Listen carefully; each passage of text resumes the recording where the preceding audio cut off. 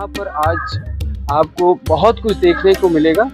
ये आप देख रहे हैं कि यहाँ पर मूर्तियों की स्थापना की गई है। जैसा कि उनकी लीलाओं के वर्णन में सर्वानंद जी की लीला का वर्णन, कथाओं का वर्णन आता है। सर्वानंद जी ब्राह्मण वर्ष से एक जाने माने वो वेदों के ज्ञाता थे। और जैसा कि यहाँ पर जब कबीर साहब जी से उन्होंने ज्ञान चर्चा के लिए अपनी माता जी से उन्होंने, जैसा कि रचनाओं में वर्णित है कि उन्होंने सर्वानंद से सर्वाजीत नाम रखवाने के लिए अपनी माता जी से कहा था, तो उन्होंने कहा बेटा अभी सर्वाजीत तब आपका नाम रखा जाएगा, नामकरण होगा जब आप संत कबीर साहब जी से जो उनसे आप उनको हरा दोगे तब आपका नाम सर्वाजीत रखा जाएगा। और उसी को लेकर के उन्होंने क्या किया कि ये देखिए, जैसा कि उन्होंने उस समय कोई ट्रांसपोर्टेशन का या कार गाड़ी का साधन नहीं था, तो दर्शकों देख पा रहे होंगे कि ये बैलों के ऊपर ये सभी ग्रंथों को, जिसमें चारों वेद 6, 7 और 18 पुराण उपनिषद वगैरह, इसमें सारा कुछ दिखाया गया है, दर्शाया गया है दोस्तों।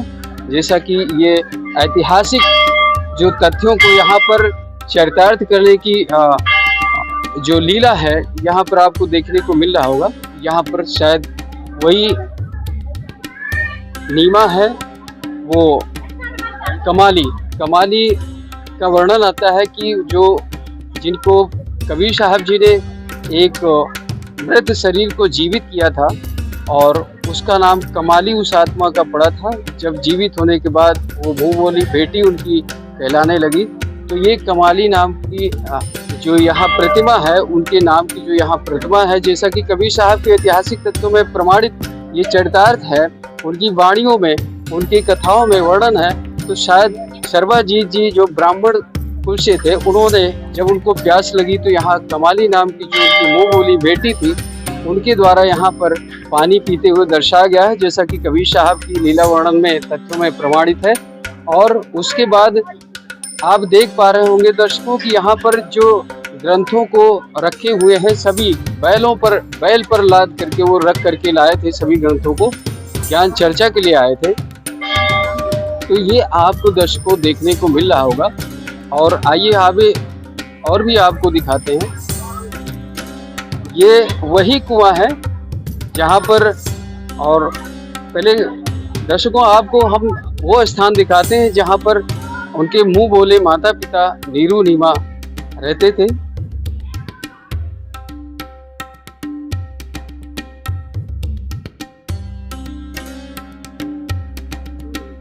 दर्शकों जैसा कि हम आज आपको दिखा रहे हैं कबीर साहब के लीला वर्णन के, उनके ऐतिहासिक तथ्यों से जो जुड़ी हुई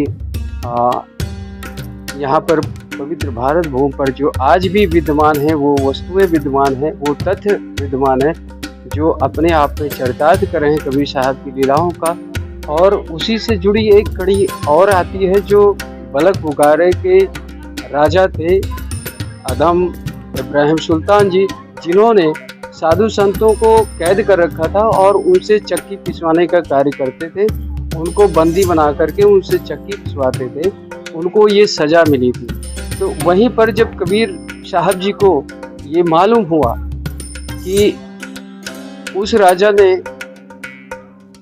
इतने साधुओं को वहाँ पर अपने महल में बंद कर रखा है, उनको सज़ा दे रखी, उनसे चक्की पिसवाया जा रहा है, तो वहाँ पर कबीर साहब गए और वहाँ पर भी अपनी लीला का वर्णन किया। और ये वही दर्शकों चक्की है, ये चक्की आज वही है, ऐतिहासिक चक्की है, आप देख पा रहे होंगे। ये कोई न्यू निर्माण की नहीं है, पुरानी वही चक्की है, ऐतिहासिक चक्की है, आप देख पा रहे होंगे। के तौर पर यहाँ पर उनके ऐतिहासिक और मेन कुआं जो है वो अंदर है, अभी आपको उसका भी दर्शकों दर्शन कराएंगे। दर्शकों शायद ये वही ऐतिहासिक कबीर साहब जी का घर है जहाँ पर वो रहा करते थे। आप देख पा रहे हो। अब अंदर दर्शकों हम आपको लेकर आते हैं।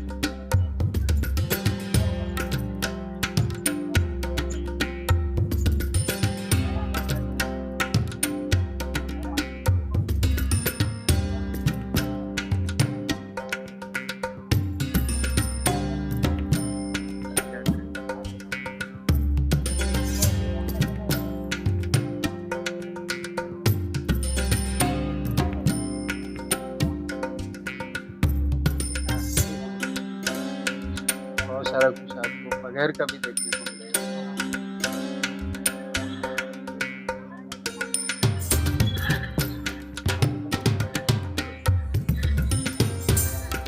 दर्शकों, ये वही ऐतिहासिक कुआं है जहाँ पर कबीर साहब जी ने अपनी लीला वर्णन में, अपने जीवन काल में जो लीलाएं की हैं, वो ये मूल तथ्य हैं। ये देख लीजिए, आपको दिखाना चाहेंगे। ये वही कुआं है, आज भी इसमें निर्मल जल भरा हुआ है। और यहाँ पर आप देख रहे होंगे जो श्रद्धालु आ रहे हैं यहाँ पर ये ऐतिहासिक तथ्यों को देखने के लिए, यहाँ पर आज भी वैसे ही एज इट इज़ यहाँ पर ये गड़ारी लगी हुई है, जिससे कि यहाँ पर पानी निकाल के आज भी पिलाया जा रहा है। ऐसे ही दर्शकों, यहीं पर शर्मानंद जी जब उनको प्यास लगी थी तो कबीर साहब जी की जो मुँह बोली बेटी थी, जिसको उन्होंने मृत अवस्था में जीवित किया था, यहीं पर शर्मानंद जी ने शायद पानी पिया होगा। हम चाहेंगे कि अपने कैमरामैन से कि यहाँ पर जो भी ऐतिहासिक स्तंभ है, स्थान है, जो यहाँ का दृश्य है, वो पूरी तरह से दिखाएं आपको।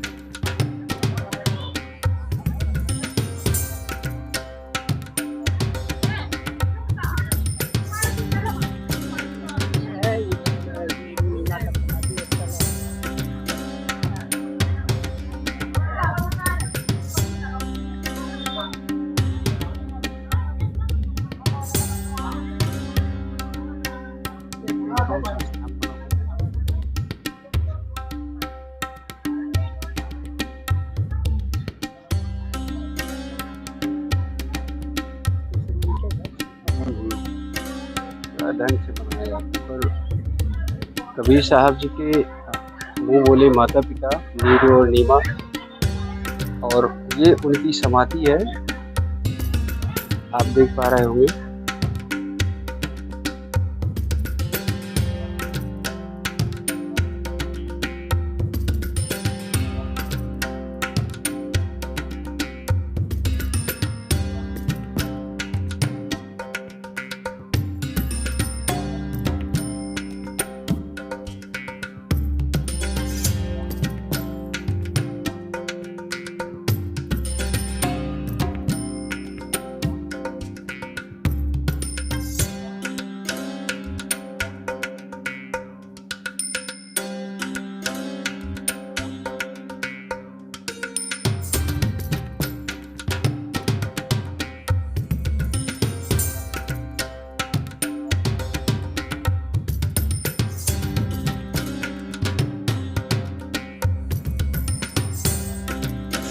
दर्शकों, बस आज तक इतना ही।